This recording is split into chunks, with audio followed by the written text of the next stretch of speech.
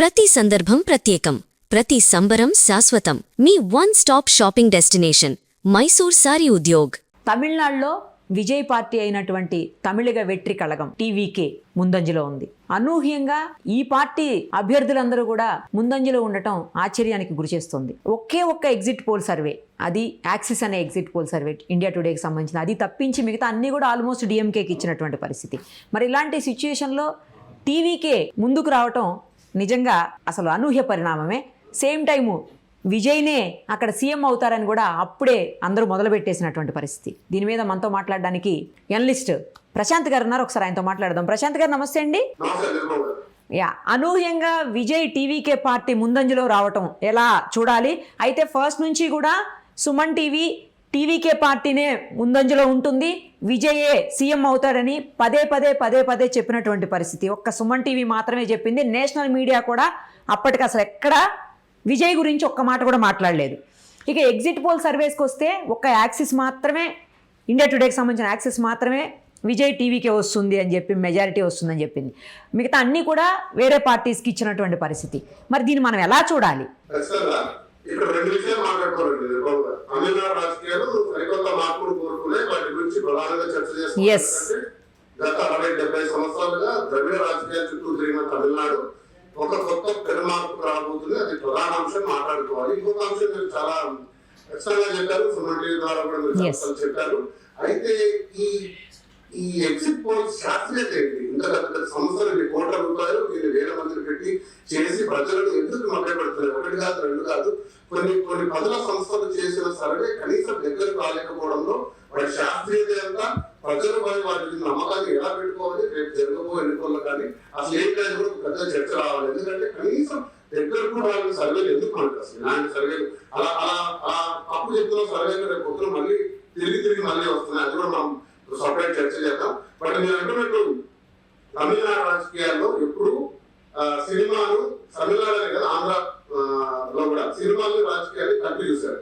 ఎందుకంటే 1947 అంటే మన స్వతంత్రం వచ్చిన తొలినాళ్ళలో పెరియార్ ద్రవిడ మునేట్ర కజనం అంటే ద్రవిడ సిద్ధాంతాలకు అనుగుణంగా పెరియార్ స్థాపించిన ఏ ద్రవిడ పార్టీ అయితే ఉందో వాటి నుంచి బయటకు వచ్చి అన్నాదురై డిఎంకే స్థాపించడం, ఆ తర్వాత అందులో విభేదించి ఎంజీఆర్ ఏఐడిఎంకే స్థాపించడం, ఆ తర్వాత ఎంజీఆర్ కు వారసులుగా జయలలిత వచ్చి మళ్ళీ పాలించడం, తమిళనాడు సినిమా విడదీయడానికి బంధం ఉండేది. అలాగే విజయకాంత్ గారు కూడా వచ్చి ట్రై చేశారు. ఇప్పుడు కమలాసన్ కూడా ఒక పార్టీ ముందుకు వచ్చారు. రజనీకాంత్ గారు కూడా ఇండైరెక్ట్ గా పాలిటిక్స్ లో సపోర్ట్ చేయడానికి వచ్చారు.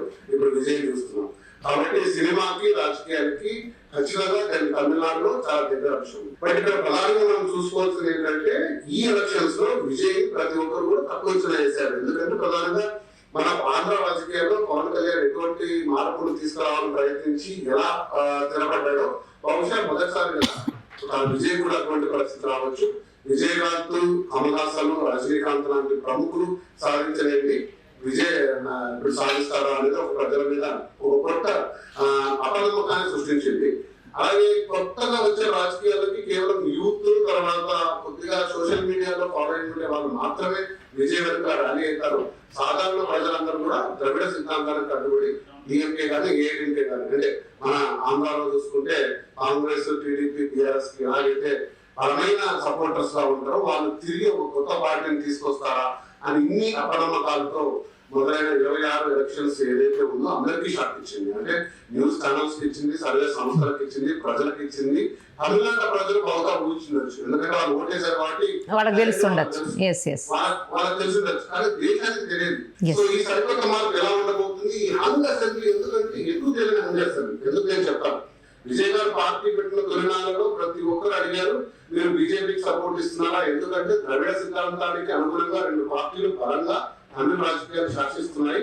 మీరు వారు కాదని పార్టీ పెట్టారు అంటే బీజేపీకి దగ్గరకు వెళ్తారంటే లేదు. సైద్ధాంతికంగా బీజేపీకి నాకు ఐడియాలజికల్ డిఫరెన్స్ ఉంది, మేము ఆ పార్టీతో కలిసేది లేదు స్వచ్ఛందంగా చెప్పారు. కానీ ఇప్పుడు ఆల్రెడీ బీజేపీ నేతలు విజయ్తో టచ్ లో ఉన్నారు అని చెప్తున్నారు. మరి ఎంతవరకు నిజమో తెలియదు, కానీ ఇతన్నే సీఎం చేసేందుకు వాళ్ళు సపోర్ట్ చేస్తారని కూడా అంటున్నారు. మరి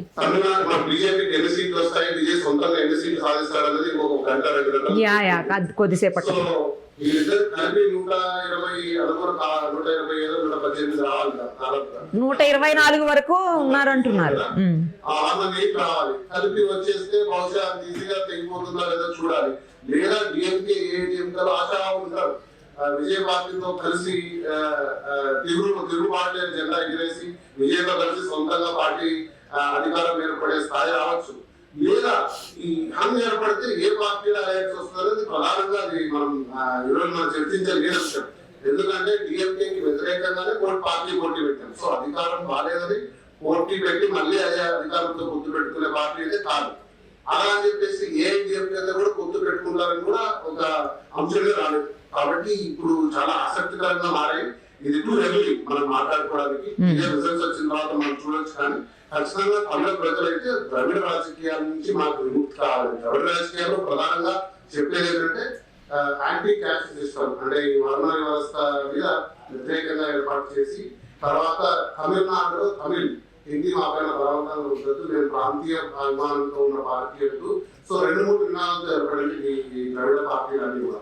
వాటి సిద్ధాంతాలకు అనుగుణంగా వెళ్ళిన తమిళ ప్రజలు ఇప్పుడు కొత్తగా యాంటీ కరప్షన్ అనే నినాదంతో వచ్చాడు విజయ్. నేను ఒక క్లీన్ పార్టీ పెడుతున్నాను, సో నాకు ద్రవిడ రాజకీయాలతో చేయను, నేను ఈ యాంటీ కరప్షన్ గుడ్ గవర్నెన్స్ అని ఏదైతే మన కమలాసన్ పార్టీ పెట్టిన సిద్ధాంతాలు, ఆప్ కొద్ది సిద్ధాంతాలు, కొన్ని సిపిఐ లెఫ్ట్ భావాలతో కలిపి టీవీకే పార్టీ స్థాపించారో వాటిని ప్రజలు స్వాగతించడం అనేది చాలా ఇంపార్టెంట్. అలాగే మనం చూసుకుంటే జయలలిత మరణం తర్వాత, కరుణానిధి మరణం తర్వాత అంత చారిస్మాటిక్ లీడర్ తమిళనాడు ఎప్పుడు కూడా ఒక హీరో ఫిగర్ ని ఎప్పుడు భుజాన్ని మోసే ఒక తమిళనాడు ప్రజలకు అలాంటి వ్యక్తి ఓన్ చేసుకోవడానికి ఎవరు లేరు. స్టాలిన్ కి ఒక చరిత్ర ఉంది కానీ ఇప్పుడు కరుణానిధికి ఉన్నంత లేదు. అలాగే ఇప్పుడున్న పళనిస్వామి అయితేనేమి, శశికళ అయితేనేమి, ఇంకోరు అయితేనేమి ఏ వారసత్వం పొందినారు కానీ అంత చరిస్మాటిక్ లేదు. సో అంత కరిష్మా ఉన్న లీడర్ ఒక తమిళనాడు ఓన్ చేసుకోవడానికి విజయ్ కూడా బట్టలు ఎక్కించవచ్చు. ఒక క్లియర్ గా ఒక బలంగా చాలా బలంగా ఉండే వ్యక్తిని తమిళనాడు ప్రజలు ఎప్పుడు కూడా ఆరాధిస్తారు. బహుశా విజయ్ లో అటువంటి వ్యక్తిని ఎన్నుకోవచ్చు. ఎందుకంటే వాళ్ళకు అటువంటి క్యారెక్టర్ ని వాళ్ళు ఎప్పుడు కూడా ఓన్ చేసుకున్నారు. చూశారు మనం కరుణానిధి అయితేనేమి, జయలలిత అయితేనేమి వాళ్ళు నెత్తులు పెట్టుకొని గుళ్ళు కట్టుకొని మరీ వాళ్ళని పూజించి మరీ చేశారు. సో అటువంటి లీడర్ తిరిగి వాళ్ళు కోరుకుంటున్నట్టు నాకైతే సంకేతాలు కనబడుతున్నాయి. రాజకీయాల్లో అన్నిటికంటే తమిళనాడు ఇంపార్టెంట్, చాలా బలమైన లీడర్. సో అలాంటి లీడర్ ని ఒకరు ఎన్నుకున్నారు అని ఈ రిజల్ట్స్ వస్తున్నాయి. ఎందుకంటే విజయ్ మీద ఎన్నో అపవాదాలు వచ్చాయి. పర్సనల్ రిలేషన్షిప్స్ అన్ని ఫ్యామిలీని తీసుకొని రావడము, అలాగే ఒక ఎన్నికల ర్యాలీలో జరిగిన మరణం అయితేనేవి, ఇంకా కొన్ని పర్సనల్ అలిగేషన్స్ చేయడం అయితేనేవి, చాలా యంగ్, రాజకీయాల అవపోసరం లేదు, అవగాహన లేదు, ఏం చేస్తారు, లేదా బీజేపీకి అమూఢమైన వ్యక్తి, బీజేపీ ఎటు చెప్తే ఎటు ఆడే వ్యక్తి అంటూ విజయ్ని చాలా చులకనగా చూసాయి ప్రధాన పార్టీలన్నీ కూడా. సో వీటన్నిటికీ కేవలం ఎలక్షన్ రిజల్ట్స్ తో సమాధానం చెప్పి టీవీకి బలంగా ముందుకు పెట్టి కేవలం తమిళనాడు ప్రజలనే కాదు భారతదేశాన్ని కూడా కొత్త సంకేతం ఇచ్చాడు విజయ్ గారి ఈ ఎలక్షన్ సమయంలో. అవును, మీరు అన్నది కరెక్టే. లాస్ట్లో ఎలక్షన్ ముందు కూడా చాలా ర్యాలీలు, దాదాపు 20 పైన ర్యాలీలు ఏమో ఆయన క్యాన్సిల్ చేసుకున్నటువంటి పరిస్థితి. ఆయనకి ట్రెండ్ అది అర్థమైపోయింది, గెలవనని చెప్పే ఈ అన్ని కూడా క్యాన్సిల్ చేసుకున్నాడని కూడా అప్పట్లో ట్రోల్ చేశారు ఎలక్షన్ ముందు. సో విజయ్ని ఎందుకంటే ఒక డిఎంకే పరంగా రాష్ట్రంలో వ్యతిరేక భవనాలు, ఎందుకంటే అధికార పార్టీ ఖచ్చితంగా అడుగుతున్న ఆటంకాలు సృష్టించింది. అలాగే బీజేపీ దేశంలో ఉన్న బీజేపీ కూడా అలయన్స్ అయితాడు అనుకున్న విజయ్ ఖచ్చితంగా సంకేతాలు ఇవ్వలేదు. కానీ ఇప్పుడు కూడా ప్రజల్లో చాలా మంది ప్రజలు, అంటే నా పర్సనల్ అభిప్రాయం నేను వ్యక్తం చేస్తాను, బీజేపీ ఒక సాఫ్ట్ కార్నర్ ఉంది. ఎందుకంటే దేశంలో బలమైన నాయకత్వంలో ఉన్న బీజేపీని ఎదురు నుంచి ఏ సీఎం కూడా రాష్ట్రాన్ని ఎంత ముందుకు తీసుకునే పరిస్థితి లేదు. ఫర్ ఎగ్జాంపుల్ ఆంధ్రప్రదేశ్ చూసాం మనం, 2 ప్రధాన పార్టీలు కూడా బీజేపీకి సాఫ్ట్ కార్నర్ ఉంది. టీడీపీ డైరెక్ట్ గా ఉంది, వైసీపీ డైరెక్ట్ గా ఉంది. వాళ్ళు వచ్చి మేము బీజేపీకి అలయన్స్ కాదంటారు. అలా చెప్పేసి మరి మన వైస్ ప్రెసిడెంట్ ఎలక్షన్స్ వచ్చినా, ప్రెసిడెంట్ ఎలక్షన్స్ ఏది వచ్చినా కూడా నిర్బంధంగా బీజేపీకి సపోర్ట్ చేస్తారు. సో బీజేపీ కాదని విజయ్ కూడా ముందుకు వెళ్తారని నేను అనుకోవట్లేదు. డైరెక్ట్ అలయన్స్ ఉంటుందా లేదా అనేది ఒక పెద్ద చర్చ. అది ప్రధానంగా వచ్చే రిజల్ట్స్ లో విజయ్ పూర్తి అధికారం కావాలంటే ఎంత దూరం ఆగుతుంటారు, 80 సీట్లకు వస్తారా, 110 వరకు వస్తారా అనేది ఆ నంబర్ బట్టి రాజకీయాలు మారుతాయి. ఒకవేళ అంగ అసెంబ్లీ వస్తే కింగ్ మేకర్ అనుకున్న విజయ్ కింగ్ అవుతాడా? ఎందుకంటే రెండో స్థానంలో ఏఐడిఎంకే ఉంది, డిఎంకే లేదు. సో ఏఐడిఎంకే డిఎంకే రాలేకుండా బహుశా విజయ్ కింగ్ చేసి బయట నుంచి సపోర్ట్ ఇవ్వచ్చు ప్రభుత్వంలో రానికుండా. అప్పుడు విజయ్ గారు ఖచ్చితంగా ఓకే అవ్వచ్చు. ప్రభుత్వంలో రాకుండా వరకు వారికి ఇబ్బంది లేదు. ప్రభుత్వంలో వస్తున్నప్పుడు మనకు సిద్ధాంతికంగా విభేదాలు వస్తాయి. కాబట్టి ఈ ఆసక్తికరంగా మారిన ఈ రాజకీయాలు అన్నిటికంటే పాటు నేను చెప్పాను కదా, ప్రజలు కూడా చూడాల్సింది ఏంటంటే అసలు ఏం జరుగుతుంది. ఈ ఏదైతే ఎగ్జిట్ పోల్స్ ఉన్నాయో ఇన్ని పెద్ద పేరు కదండి. అంటే విన్న పేర్లని మీరు చూస్తే చాణక్య, తర్వాత బీటీవీ, ఇవన్నీ చాలా పెద్ద పెద్ద సంస్థలు, నెట్వర్క్స్. సో అసలు ఏం చేస్తున్నారు ఎగ్జిట్ పోల్ అని చెప్పి లేదా ప్రజలు చెప్పట్లేదు. ఏంటి ఎగ్జిట్ పోల్స్ ఎలా చూడాలి, ప్రజలు చూడాలి. ఎందుకంటే ఇంత బీజేపీ గవర్నమెంట్ ప్రెడిక్ట్ చేయలేదు చాలా బెంగాల్లో కూడా. సో బెంగాల్లో, తమిళనాడులో ఇంత దారుణంగా విఫలమైన ఎగ్జిట్ పోల్స్ గురించి కూడా ప్రజలు ఒకసారి ఆలోచించారు. అసలు వీటి యొక్క శాస్త్రీయత ఎంత, దీన్ని ఎంతవరకు చూడాలి, ఎంత లైట్ తీసుకోవాలనేది కూడా మనం ఒకసారి చర్చించుకోవాల్సిన అంశం అయితే ఉంది. అంటే ఇప్పుడు మొత్తంగా తమిళనాడు ప్రజలు మార్పు కోరుకున్నారు అనుకోవాలా? లేదు అంటే తమిళనాడులో ఉన్నటువంటి ప్రభుత్వ వ్యతిరేకత ఈ రకంగా పనిచేసింది అనుకోవాలా? కోరుకుంటే వాళ్ళు డిఎంకే కాదు ఏఐడిఎంకే వెళ్ళాల్సింది. కానీ ఏఐడిఎంకేకి బలమైన లీడర్ లేదు, బలమైన నాయకత్వం లేదు. కాబట్టి ఈ ప్రభుత్వాన్ని దించాలి అనే ఏకైక లక్ష్యం మాత్రమే కాదు, ఒక బలమైన లీడర్ కూడా తీసుకురావాలనేది ఒకటి. నేను ఇంకోటి చెప్తున్నట్టు ఏఐడిఎంకే డిఎంకే కాదని ఒక బయటి పార్టీకి ఓటేస్తున్నారు. అది కూడా క్లియర్ గా ద్రవిడ సిద్ధాంతాలు నేను చేయను, ద్రవిడ రాజకీయాలు నేను చేయను అని ప్రకటించే విజయ్ కేశారంటే తమిళనాడు ప్రజలు కూడా ఈ ఒక 6-7 దశాబ్దాలుగా సాగుతున్న ద్రవిడ రాజకీయాలు ఒక మూలకు పెట్టినట్టే. ఎందుకంటే అవి చాలా ఇంపార్టెంట్. మనకు అందరికీ తెలుసు, దేశమంతా వైపు ఉంటే తమిళనాడుకు వైపు ఉంటుంది.